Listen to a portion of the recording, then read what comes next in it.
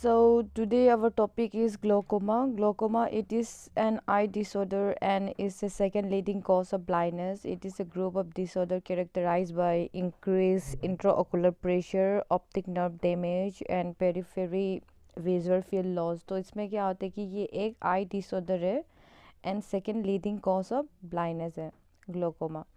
और इसमें क्या होता है, इसमें जो इंट्राओकुलर प्रेशर होता है, जो आई का जो प्रेशर होता है वो इंक्रीज हो जाता है, जिसका वजह से ऑप्टिक नर्व डैमेज होता है। As you know, optic nerve का काम क्या होता है? ऑप्टिक नर्व का काम ये होता है कि जो भी विजुअल इंफॉर्मेशन है वो हमारा ब्रेन में ट्रांसफ़र करता है and that's how we can see the images. सो ये काम होता है ऑप्टिक नर्व का। तो ऑप्टिक नर्व अगर डैमेज हो जाएगा तो क्या हो सकता है? विजुअल लॉस हो, विजन लॉस हो सकता है। So it leads to vision loss. And periphery visual field loss मतलब क्या होता है कि periphery vision visual field loss में इसको हम टनल विज़न भी कहते हैं, जिसमें अगर आपको साइड का जो विज़न है वो साइड का कुछ भी ऑब्जेक्ट्स है वो आपको दिखाई नहीं देगा, जो बस आपका जो इन फ्रंट ऑफ द आई जो ऑब्जेक्ट प्लेस करेगा वही चीज़ ही दिखाई देगा। That is periphery visual field loss, जिसको हम लोग टनल विज़न भी कहते हैं। सो आपको और ये पता होना चाहिए कि नॉर्मल इंट्राओकुलर प्रेशर कितना होता है। तो नॉर्मल इंट्राओकुलर प्रेशर है 11 to 21 mmHg। Incidence, next incidence, it is more found in age 40 years में ज़्यादा पाया जाता है ग्लोकोमा। और इसका जो कॉजेज़ है वो है family history, older age, obesity, hypertension, smoking, inflammation of eye trauma, eye infection and myopia. These all are the causes of glaucoma.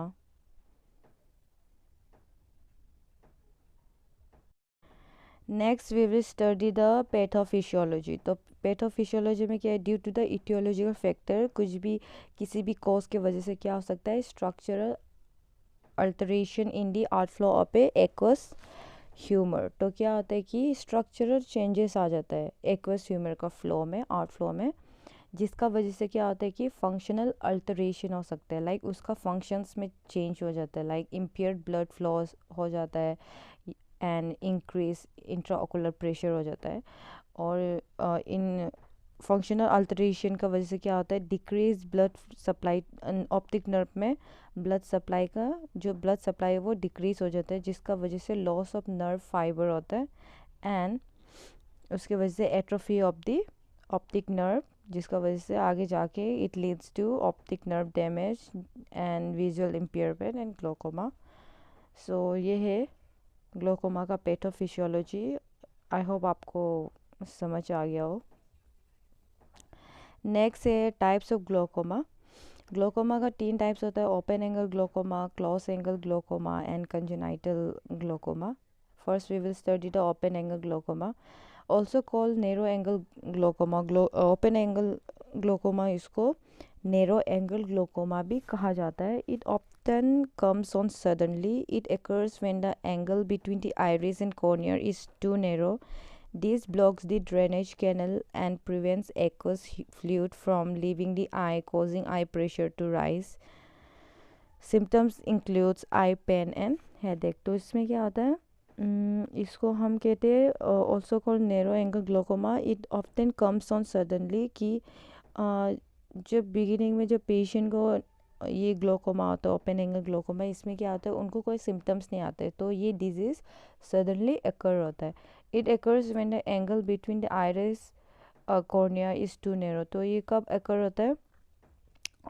जब एंगल जो आइरिस एंड कॉर्निया का जो बीच में जो एंगल होता है वो बहुत ज़्यादा नैरो हो जाता है, जिसका वजह से जो ड्रेनेज कैनल है उसमें ब्लॉक आ जाता है। ड्रेनेज कैनल में ब्लॉक आ जाने से वो क्या होगा?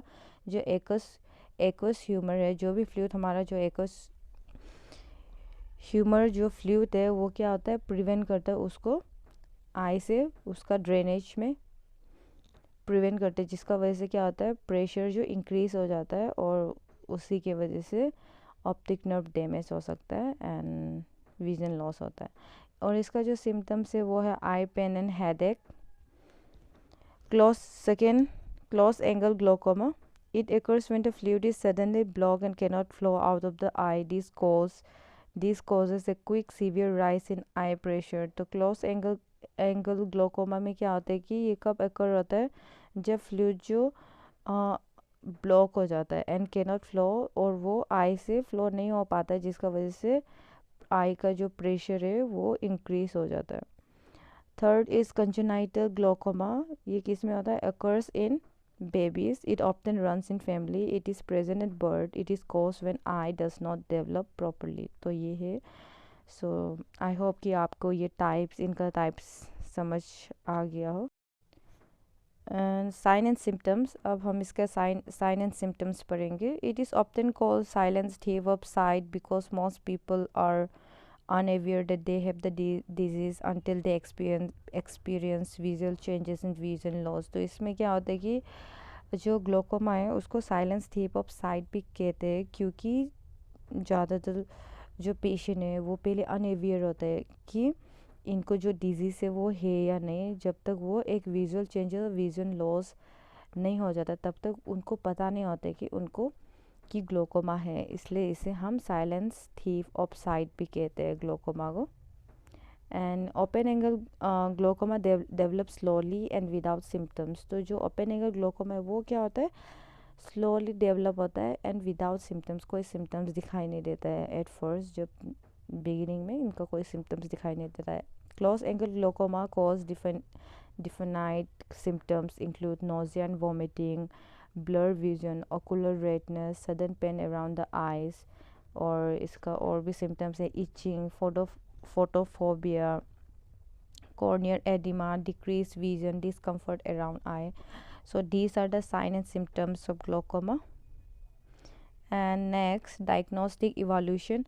तो diagnostic evaluation में हम कर सकते हैं तो tonometry for eye pressure management, ophthalmoscopy कर सकते हैं for optic nerve damage, perimetry for peripheral sight vision, and gonioscopy for eyes drainage angle. So ये diagnostic evaluation। एंड इसका हम पढ़ेंगे also we will study the management in the next video.